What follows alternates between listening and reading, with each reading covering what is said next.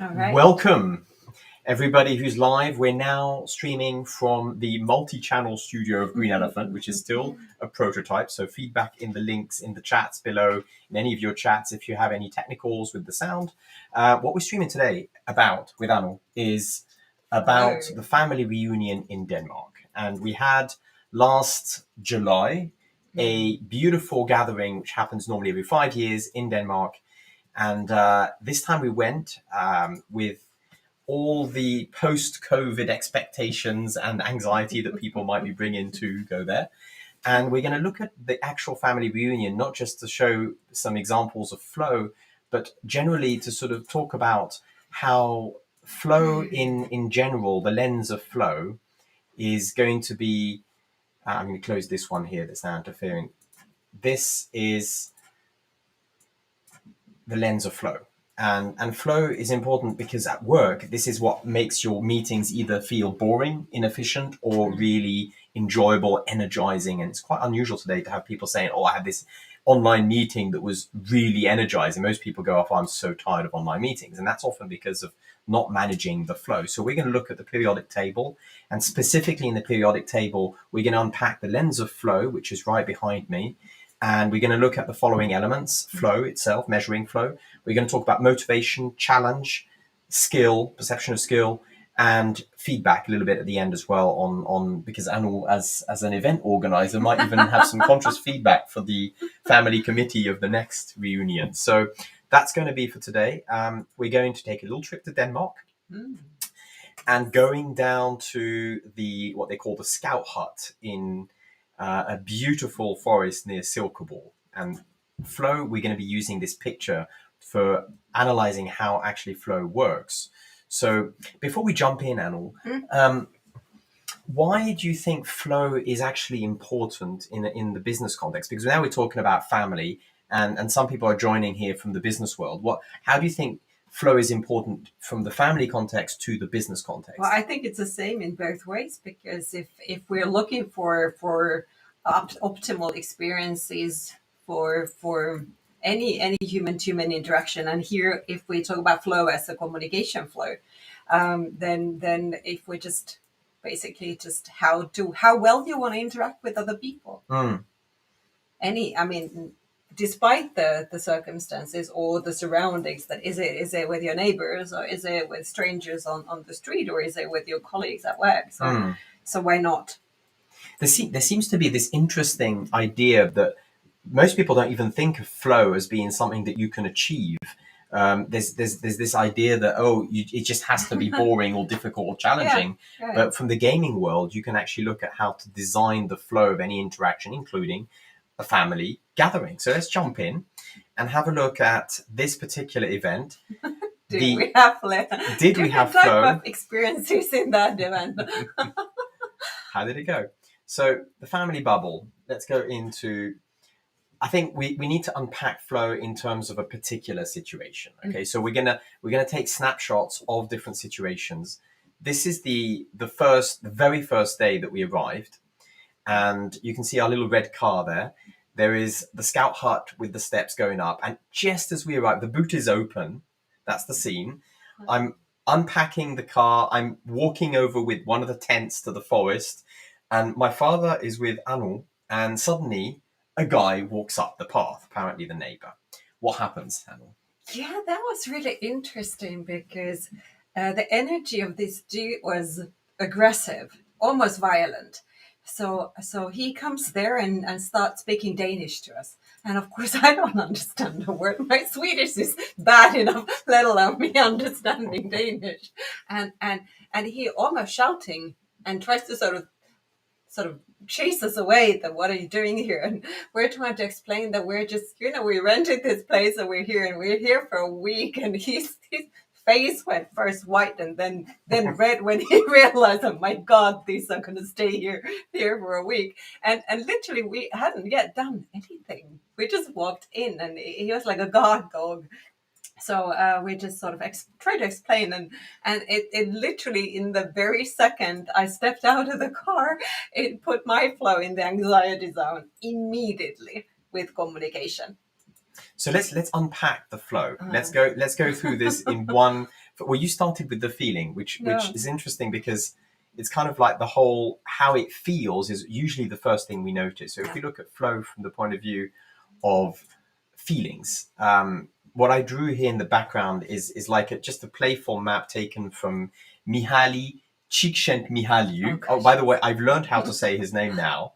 Anybody who see me in a workshop always laughed at me because I couldn't say the name. The Hungarian name. I actually met a Hungarian guy in a bus stop once, and I got him to tell me, and I recorded it. So Mihaly Csikszentmihalyi is actually one of the great psychologists of the last century who was looking at positive psychology, and he spent his whole career measuring flow, and it's way more complex than a couple of measures. But if you simplify down the octant model, which comes from 88, I think it was, you'll find on Wikipedia the same picture with the same colors. It's just that I put it at 45 degrees to make it easier to think of it as one of those maps, like a flow map. And so each color is represented by a particular experience or feeling of flow. So flow is the yellow one at the top here. Arousal is on the left side for you. And then on the right side, you've got relaxation, control, boredom, which is typically what we call the comfort zone. So when we say step out of the comfort zone, life begins out of the comfort zone. It's about this stepping out of the comfort zone on the right. Now, what we're looking at here is the feeling of flow. But to really understand flow and to do something about it, it's important to go beyond the actual feeling that we have. The feeling's more like a check. So we're going to go through 3 different measures, Anu. Yeah. And I'm going to just do that. prompt this as a conversation for us Cool. about each of those situations that we've talked about. This is first situation. The neighbor greets you in a way that is perhaps not too welcoming. No. First question. How motivated at that point were you to actually reach flow in that moment of interaction? It was very sudden. I mean, he literally came out of the woods, so I did not have time to be too motivated. So it's kind of just happened. So I would say somewhere like 5-ish. 5 out of 10. Yeah.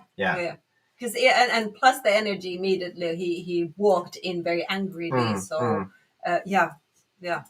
Maybe 4. So 4. Anu is referring to a scale of 1 to 10. If we look at the map, which is really going to be, let me just put it in big here. The map, think of the motivation. For those of you who are watching, you can think about one of your situations at work. Think of the motivation as how much capacity, potential for flow you have. So it fills up the map. If you only have 3 motivation out of 10, you don't have very much potential for flow. So it's kind of a prerequisite for having flow. Yeah, and I noticed that I kind of got annoyed quite quickly because of his attitude. But yeah, so maybe not my best motivation. So motivation was again number? I would say 4 or 5. Yeah, 4 or 5. Okay, so 4 or 5 places you in the middle of the map somewhere. Okay. Next question is, what was your perceived level of challenge with regards to that interaction? How challenging was it to interact with him? Very, because he spoke Danish to me, and I did not understand one single word. So I did not know what was the problem, what he wanted, or it was really high. I would say that it was 8 high. Mm-hmm. So in this case, which just happens that this example that I put on the graphic is about 8, but let's imagine that this is 0 and this is 10. So you'd be 8 on the challenge. The next question would be, how competent, skillful, if you like, I'll just jump to the other side so that we can measure the skill now. How skillful did you feel with regards to communicating and interacting with this guy, this neighbor? Maybe 5 out of 10. 5 out of 10. I literally changed to English, and we were, and of course open body language and all of that. So. Okay. So if I look at now the map and I put the 5 with the line, think of the old game Battleships where you have an X and a Y coordinate. This is like the same idea. So that when you put the X and the Y of 5 and 8, you get a dot which sort of is somewhere in the arousal zone on the stress side of the map. Except I was not motivated, so it's probably dropped me a little bit. Yeah. Because when you don't have enough motivation, it drags you down. Yeah. So then you're most likely going to not feel aroused, but feeling more worried or even apathetic down in the Yeah, bottom I think of I the was map. sort of there on the worry zone that, oh my God, is this going to be a problem? And I knew that this group of people is going to be more or less loud. So, Yeah. So in that way, this Mm. first experience, this is just a warm up for you, so that Yeah. you can practice measuring flow on something that was really straightforward. What's the conclusion in terms of the zones? Where did you end up on this zone? Anxiety zone, for sure. So even Challenge zone. because Yeah. the motivation was Yeah. down. So somewhere in the challenge zone. Yeah, definitely. So if I put myself under there, you were somewhere here. Yes, I was there. There. Okay. So what can we take away from this? Why are we even measuring flow at this point? How does this help us? What can we conclude from this this first flow check-in from the neighbor who arrives? First thing that pops in my mind is that the situation is going to be very, very much changing. It's not something that you can control necessarily consciously, but it will happen from the moment a conversation starts or shifts to a different direction. In this case, the whole thing just popped up without it being announced. Yeah, I was literally the flow when we came in, with your father being there, us hugging and greeting each other, and then suddenly this dude walked in there. So it literally dropped myself or me out of the flow. Yeah. And in that sense, what could you have done if you wanted to get in the flow? Let's imagine. I could learn Danish. Hard to do in 5 minutes. Because it was so much to do with the language. So Yeah. upping my skills, meaning talking Danish, that probably would have helped. So obviously you can't learn Danish in 10 minutes. So in this case, one thing I've done in the past is, for example, last I was in Italy, I had basic school Italian. And so I started chatting with people with Google Translate as an interface. Bit slow, but it definitely upped my perceived level of skill and competence, which got me in a similar situation from being 1 or 2 confident about my confidence level in skills to somewhere like 6. So suddenly that can bring you into the flow by just using the right tools. Indeed. So that was the first situation. Now, I know that there was one situation which, if anybody is watching from the family, will acutely remember, and that is about the arrival. And well, let's talk about this a little bit. I mean, before the massive amount of everyone, I mean, we literally had about 20 people in the hut at the same time, plus of course the guests, but like living and staying there. Before that, we had a moment where I was in there preparing and dancing and prancing around the flat in my flow, where you were coordinating everybody's logistics, like 4 of our children arriving to Denmark for all different directions of the Europe, landing on the Aarhus and delivering that.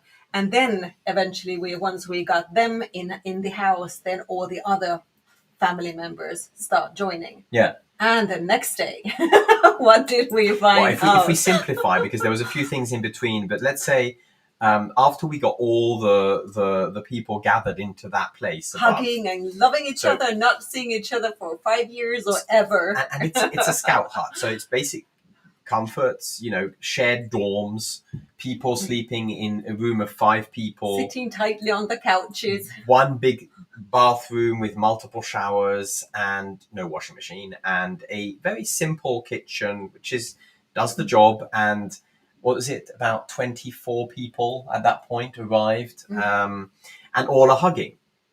The following morning, my daughter pops up and says, I have something to share. I think I have scabies. I was like, what? What's scabies? Oh, that's a quick Google. And realized that it's highly contagious.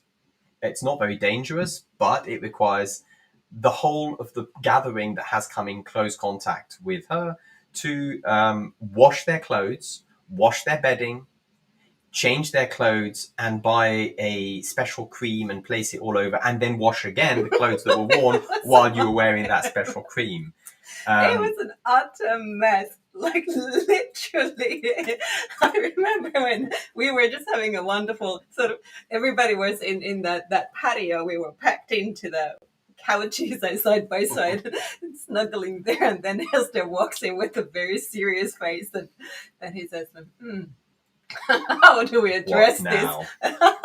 So how was your flow? Because in that moment I was like, yeah, okay, let's hear when the news came in.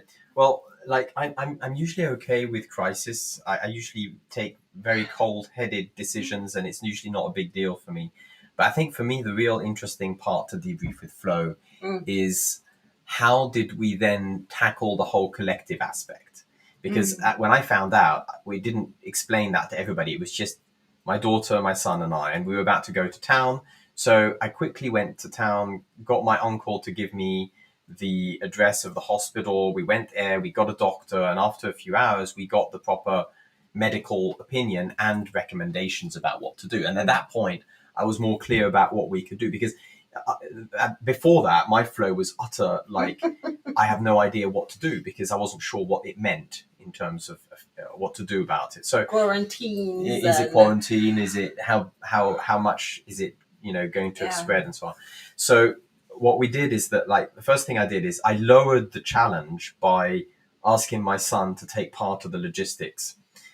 So that was one thing I did about the flow, is I lowered the challenge so that I could focus on how to announce this so that it wouldn't create more problems than it's necessary.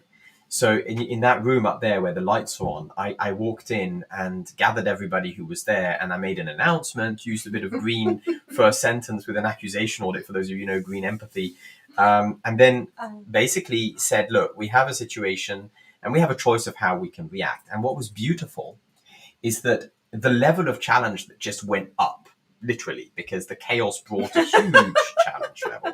It was so funny when you tell everyone that this is what it means and what we need to do, that we need to wash everything, bedding, the questions, like, literally everybody had a screensaver on, like, what am I going to do with my sleeping bag? What am I going to wear tomorrow? And literally when it all sorted out, I remember, and you shared the creams for everyone. How are we going to do this? And I just look at the cream, and then I said, okay, who wants to put this on my back? And everybody bursted laughing, and it kind of like broke the ice a little bit. And after that, it really like united everyone working, like rising to the challenge. Like, okay, who knows the neighbors? Who has washing machines? How are we going to organize? Which clothes are going to go to the washing pile, and which are going to go in the quarantine for 3 days? And it became a beautiful experience at the end of the day. Yeah. Yeah. And when we debriefed it with my uncle and cousins, there was a clear sort of sense of, once we understood that there was something to deal with, the challenge went really high.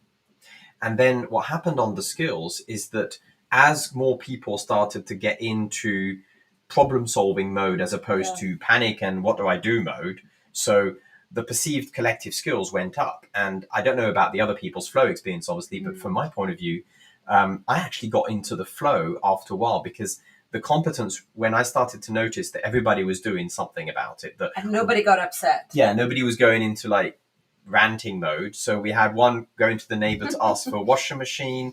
My aunt very kindly offered her washing machine in the next village, and so on. And the competence basically went up. Yeah. And so from a very high level of challenge, despite it being actually quite stressful, it went from potentially, I'm going to put this bigger so that you can see the flow map again, but it went from being initially anxiety, potentially arousal, to actually flow for me when people stepped up, because the motivation was really high. Like, I wanted really, I was organizing a lot of this on the committee, so my motivation to make sure everybody was happy was super high.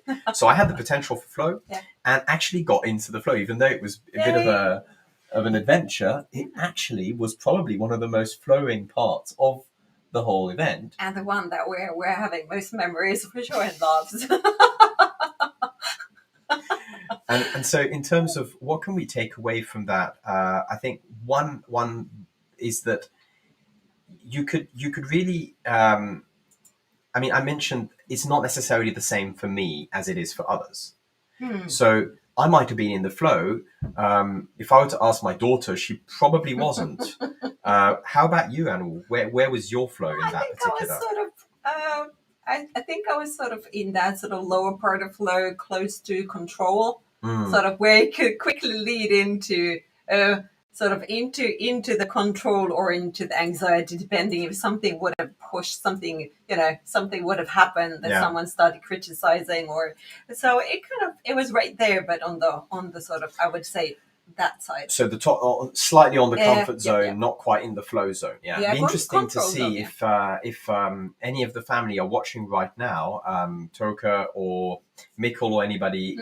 Where was your flow at this Yeah. point? Mikkel, you hadn't arrived, but Yeah. I think it would be quite different for different people, and that's actually a really important thing in work. If you're using flow as a measure in a workshop, for example, that it's easy to assume as a person hosting or harvesting or running an event, facilitating, that your feeling of flow is the same for the others, but actually it isn't. And here, I would say that also it seems the majority of the people were sort of, at least not too much in the anxiety zone, whether they were flowing in control, it was fine. But it really created a nice team building when we were all united to facing the same challenge and rising to the challenge.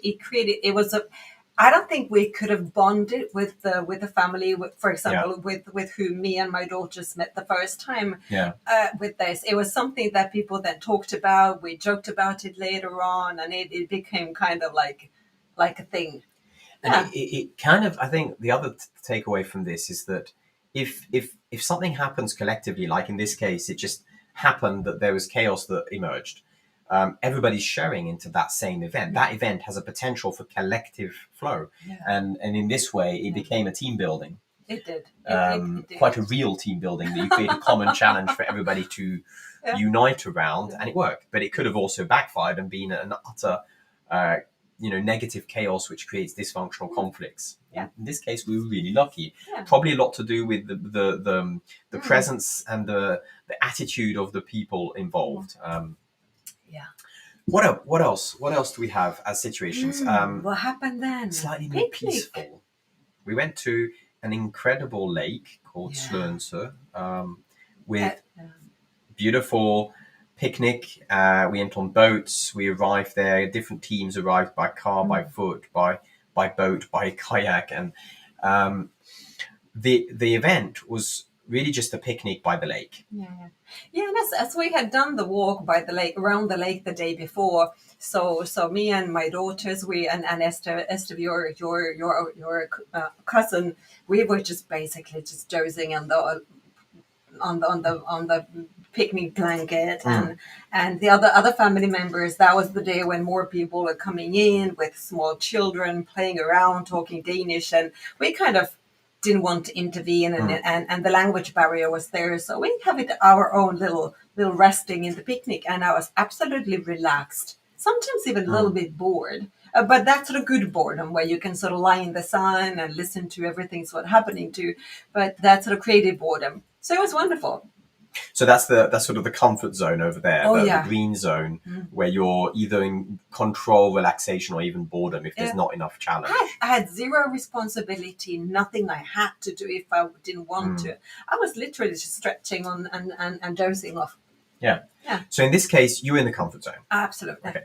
And meanwhile, I was there running around with cars, doing ferries, taxis, jumping around, trying to get the car in time for the other people to arrive. And I arrived almost at the end of the picnic because I was so busy running around trying to get everybody on the spot. So for me, it was actually, I was in the challenge zone. You're the one, when we were leaving the picnic area, that was first you were looking for your stepmother's glasses, and then after the glasses, they couldn't find them, and then your father got lost. And everybody was looking at your father, and I was sitting on the blanket thinking, do not intervene. Just stay here and just wait till the chaos goes by. But it was just... So takeaway for me is learn to ask for help, so that to lower the challenge, or at least to spread the feeling of flow to having more competence by having more people helping me out. With hindsight, I think I could have done a better job at managing my flow by getting more skill, by getting more people to help with cars, for example, if I had just thought about some of the logistic aspects differently. So in that case, again, planning would have been helping, but even just asking for help, it's kind to ask for help. In this case, that would have probably helped. At least my flow. Offered. I was too busy taking The nap. taking Important dinner on other naps. day. So, what other situations do we have? I Oh, think God, this is the one I want to talk about. Oh yeah. Anu by the fire. For you people who are watching, you have to know something about me. I do not. I sing, but I don't stay in tune. So whatever I'm singing is sounding terrible. So I don't often do anything like karaoke, especially when I'm sober. But this time there was kind of an explicit rule that everybody. Well, I suggested, or we kind of suggested it with my daughter. So it was kind of rude if I didn't. So I decided to really go for it, and I did Poison. I was singing Poison for Eswin Fireplace. My God, that was challenging. So challenging. So how challenging was it? If I look at challenge, It was reviews, 11 out of 10. 11 out of 10. So challenge was 10. Yeah. And what about your perceived skills at Oh, singing? not too good. But I would say I literally didn't take myself too seriously. So I was not in flow. But I would say that your skills were perceived as low. Maybe 6 or 6. Okay, that's not so low. Yeah. So you had 6 skills, 10 challenge, which places you most likely on the on the stress zone more than the flow. Yeah, I was definitely on a stress zone, and you know, I didn't my skill. I didn't have a singing skills, that for sure. But with that sort of a psychologically safe environment, it really didn't matter. It was just ego. What about motivation? Oh, I was really motivated. Yes. I would say I was 9 out of 10 motivated. 9 out of 10. Yeah, so that fills up the potential for flow. So all it needed was you to feel confident about your singing to actually reach flow in this case, right? Yeah. Or having someone singing with me, that could have been like having a backup singer. Which is kind of what happened. And not on that song. No, but later on, you had 2 backups. Yeah. So then I was in flow. Yeah. Yeah. So that's another thing that you can do to create flow is to start, again, having other people. Extra skill doesn't actually mean your skill. It means that you're perceiving your own capacity to handle the situation. So it's your perception, your perceived skill. So Anu's perceived skill changed. Hi, Owen and Maha. Glad you're enjoying this. The perceived skill is really what matters. So you can change your perceived skill with a compliment. Like imagine that somebody threw a tomato at her. Oh, you would have, if you had said something like, "My God, that was changed terrible." Your flow. Yeah, but so you would have gone from stress to tears. Worry to eventually apathy potentially, and go like, I would have crawled out there. I will never sing. No, it was actually quite a lot of fun. Yeah. So in a way, your flow there kind of managed to get in place because you brought your backup singers. My flow, on the other hand, I love music, but I really can't do karaoke. I can do drum karaoke. I've got a drum in the back, and I can drum on. But the singing, I got really stressed by the whole thing, so I didn't sing. And because my level of competence was not to do with the being able to sing. I can sing, and often I know the songs that people are singing. I just don't necessarily like them. So for me, the need is to have a song that I like. So I started in that evening looking through all my playlists in Spotify, found loads of music. None of them I could karaoke. I had like a pathetic list of 10 out of 8,000 tracks that I could actually karaoke, and none of them were available on a karaoke device. No. So for me, you kind of faded away from the whole situation. Yeah. So maybe you just got a little bit bored and you just walked away after my Poison. Not because of your singing, but because I was just not in the flow. Yeah, exactly. And that's what happens with flow, is that you can have one person who's utterly enjoying it and the others who are just not in it, and it's all in the same space happening at the same time. Perfect. Yeah. So one insight from this is flow happens when you step out of the comfort zone, and that goes to me as stepping out of my comfort zone of music, or for you singing out of your comfort zone and bringing extra backup. That's where I hear this so often. Life begins on the edge of the comfort zone. It's actually really related to that exact flow theory. So a little insight on flow here. What else? What was this one about?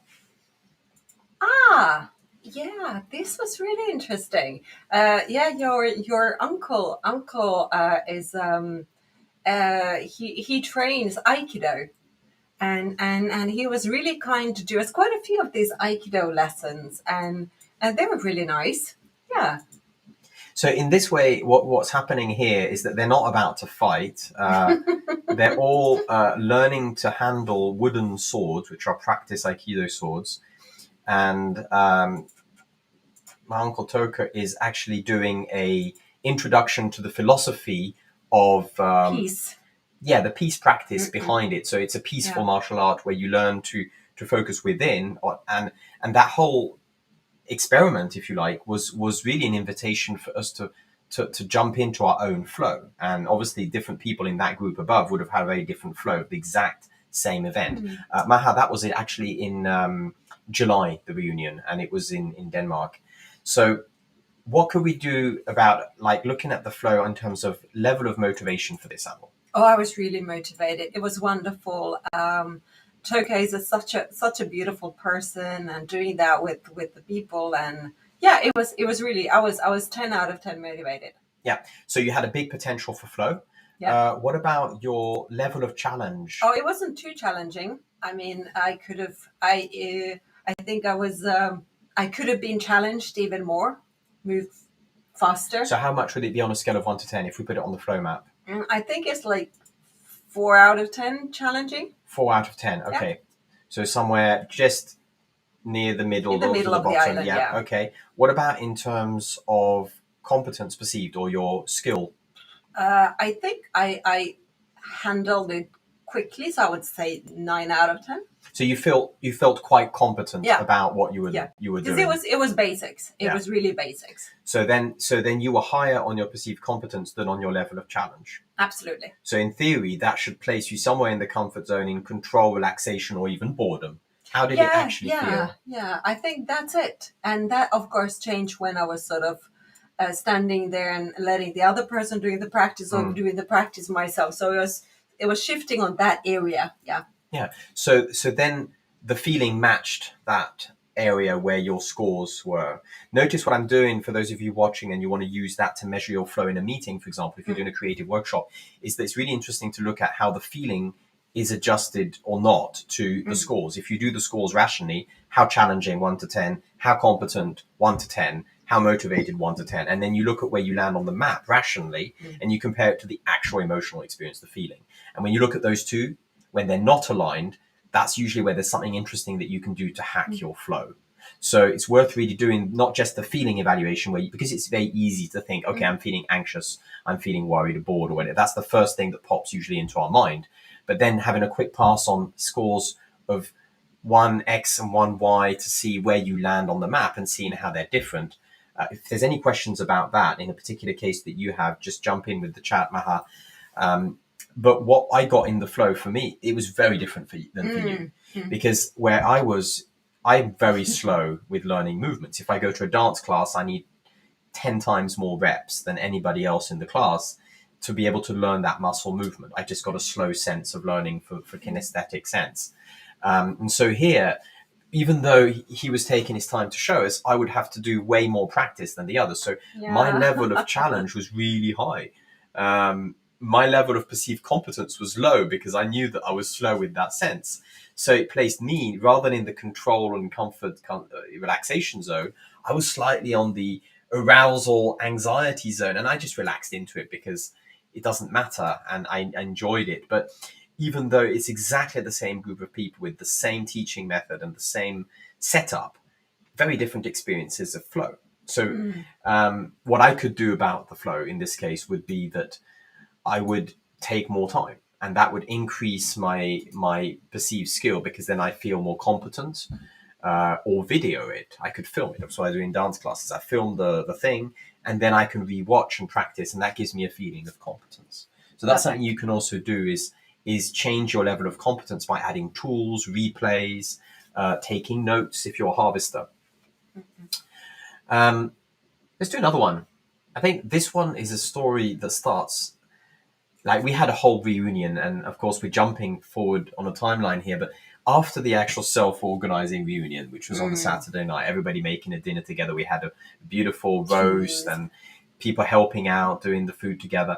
The following day, we had a picnic by the lake planned, where everybody would come and eat the leftovers.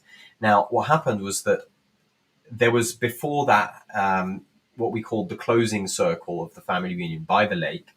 Um, there was the idea of having cakes with one of the uncle's family in the Yeah, it was place. cousin. It was your cousin, and actually your cousin's wife, who kindly offered to open their home for everyone, and woke up in the morning baking cakes, and everybody joined, and you chose not to come because that you used that time to prepare the Those process. post-its. I was there.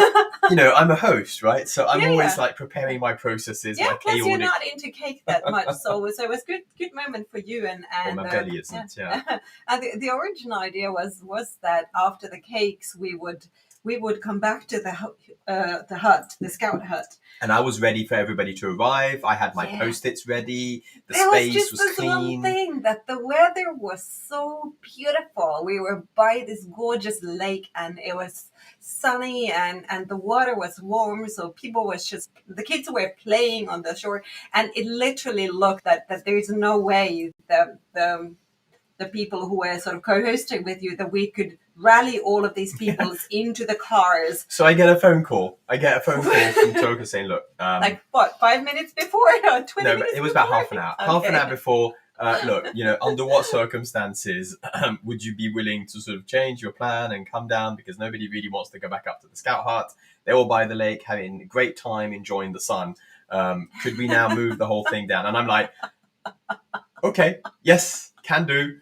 So wrap everything up, pack my post-its, pack my process, rethink the whole thing on my way down, walking down, going like, my flow has just taken a hit from being literally in the flow to being slightly anxious. And I'm there sort of lying there, taking my shorts off and going to the sub board, like, oh right, now I have time. It's gonna take half an hour for him to come here. I'm just gonna go subbing for a So second. Anu's on the subbing lake. while I'm stressing.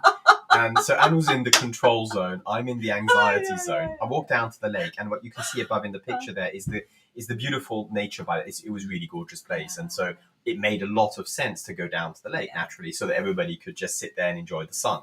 So then I quickly built up a process there, and there wasn't really a circle for us to gather, so I had to prepare something, and then a flip chart and eventually we made it happen. And then what, in terms of flow, what was interesting is that for me the motivation was really high. Essentially, that was the closing. So that was where I was helping the next committee to take the ball for organizing the next round in 5 years' time. So I was really motivated to make this work. So I had a minimal process. Motivation was high, which gave me obviously a potential for flow. The level of challenge was relatively high. I was really challenged by trying to get everything, different languages, subgroups, translation, harvesting with video, my sister there with a camera, her daughter helping with photos. Everything was like go. So I was super challenged. Again, there I learnt my lesson. I asked for help, so I got 3 or 4 people to help out on things, so that I increased my level of perceived skill. I think the one of the beautiful gifts or situations that happened here is that I bet there's 40 people of us. About that. In total, I would say that there was 40 of us. So in this case, all 40 were in flow in their own spaces. The 39 by the lake and the one at the hut, and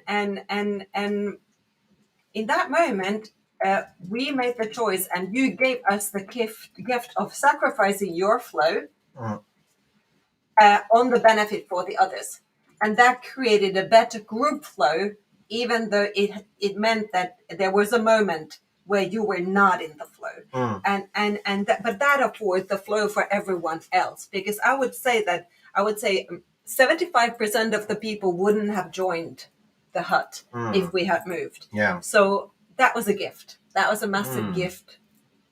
I hadn't seen it like that, actually. Now that you put it that way, yeah, I suppose it could be seen like that. And the insight that we talked about earlier, which is that flow is not the same for me as it is for others. I think that's what you mean there, is that it doesn't really matter necessarily if the person hosting the event is not always in the flow, if the main focus is on the group having flow. Yeah. Now, And sometimes it could actually happen the other way around. Yeah. In the companies. And we've seen it so many times that one manager who wants to create flow for themselves Yeah. sacrifices it for everybody else. Yeah, because they want to challenge themselves to enjoy the meeting, but the others are utterly bored. Yeah. Or any work situation, communication, or doing presentations or anything. Yeah. And just I think it just very, very keeping mindful of what is the group flow and who is able and willing and having to adjust. And also, I think like this picture, this is Ilias talking and sharing. So we did this little group exercise where people broke out into groups of 3, talked about something, and then shared it back to the rest of the group in a summary. So it's a great way to get this breath in, breath out in a group. And here what's happening, I think, is quite fun, because if you look at the picture, you can see that he's in it, he's talking, he's sharing, he's using his hands, and in the background there's Anu, who's looking almost slightly asleep, and then it's a great illustration of how you can be one person talking, and usually it's the person presenting or speaking or facilitator who's more challenged and in the flow, while the others might not be, because their level of challenge is really low. It's just listening, unless it's a foreign language, Exactly. which puts the challenge really high. Yeah. And in this case, in a meeting, when you have somebody who talks, the biggest, I would say, build or takeaway insight for flow in meetings is time managing when one person is presenting to others. Yeah, because so beyond people 30 fall seconds to a asleep. minute, it becomes really difficult for others to keep their flow. Either they fall asleep, or then they start challenging the situation, and then they start taking over or interrupting or somehow intervening the process because they just want to be entertained. Yeah, and that is why I always recommend, and we'll talk more about this in 2 weeks when we do a streaming on chaotic in meetings and creative processes. This is so important, that you manage the time as a host, that you don't just let people go on and on, that you have a time box for things like that are dangerous for the flow, like talking, sharing back. So that was another takeaway. Good. Yeah. What else is there? I think that's it. We had quite a few different situations. Now, Can we do a summary of the insights? Mhm. So, So in terms of flow, we had 4 things that we're measuring. Okay, so we're looking at the level of perceived challenge, which gives us one side of the chart, the level of perceived competence, which gives us the other side, the motivation, which is really how much potential for flow you have. It's the bit that fills up. Let me just put myself in a different screen so that you can see better. So this gives you the potential for flow.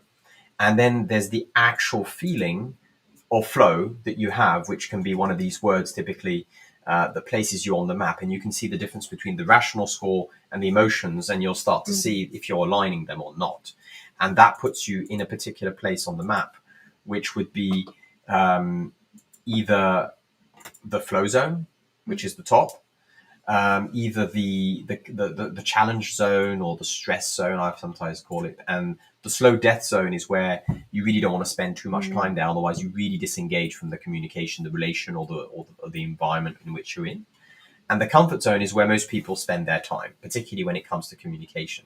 And it's funny because people say, oh, I'm stressed at work, but when you measure their flow, most often they're in the comfort zone with regards to communication, which means they can be challenged. They can be challenged. And the usual way that challenge happens in work with communication is by taking different responsibilities with the process. So rather than just turn up as a participant to a meeting, you start maybe hosting or harvesting that meeting.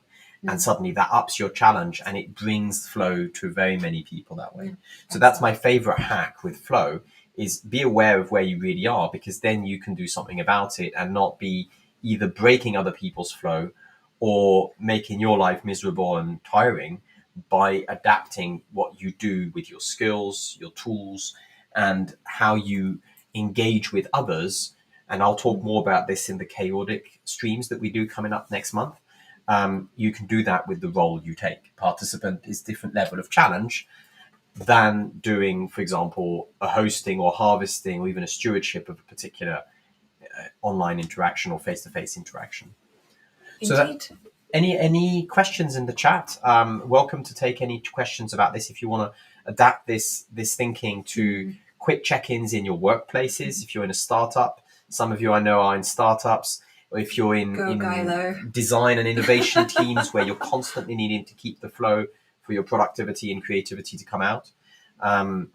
Flow is something that is very known, but very few people actually think about it in communication. They just think about it as a gaming construct that they apply when they gamify something for their service, but it can be used literally every single day.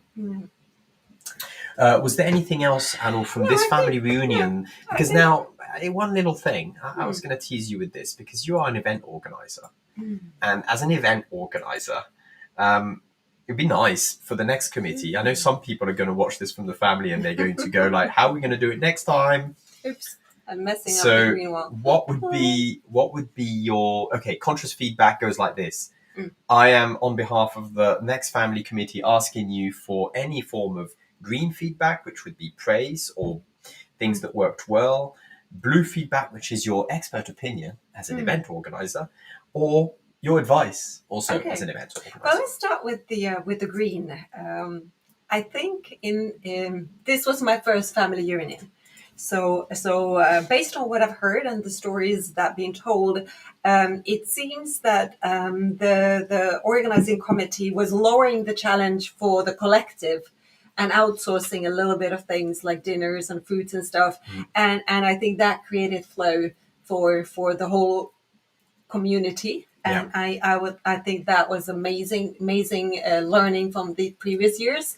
So that's a praise. So well done. I think my blue opinion was that in this particular case, there was maybe a little bit too much of responsibility on your shoulders as an individual, and therefore. So I think you were out of flow a little bit, maybe a little bit more than others. Of course, I mean, as an expert, you can handle that. But maybe my advice for the next group of this community is that start sharing the load and maybe having one day per person and not having 5 or 6 or 7 days in a row, and maybe observing the flow, that if one is noticing or noticing that they are or someone else is not in the flow or seems that they're bored or it seems that they're anxious, then swap and change and adapt and do that systematically. So that would be my advice. Thank you. Well, I'll pass this video link on. For this stream, it's over. We've covered today's topics. Little announcement actually about next coming streams. We are now moving to a different calendar. So we are looking. I'm going to show you the streaming calendar that we have here. We use a streaming calendar that's every period focusing on a different lens. And so what you can see here is that now we're going to start focusing on the chaotic lens. Yay. Now, the chaotic lens is something that very many companies are absolutely unaware of. Even though it's quite an old theory, it's basically balancing chaos and order, how to do that in practice. It's a great lens to use to analyze when you're thinking of wasting too much time, when there's too much chaos in your communication. Startups usually have a blind spot around chaotic balance, but also large companies do. So we're going to talk about chaotic, and we're going to be streaming the first of the series on chaotic on the 13th of September. So we're going to take 1 week off from streaming next week, prepare all of that. I'm most likely going to be doing a more webinar format for the 13th, where I'm going to go into the basic understanding of what is chaotic for those aiming that for startups mostly. So that's going to be coming in September. And meanwhile, I wish you all a very, very pleasant end of the day.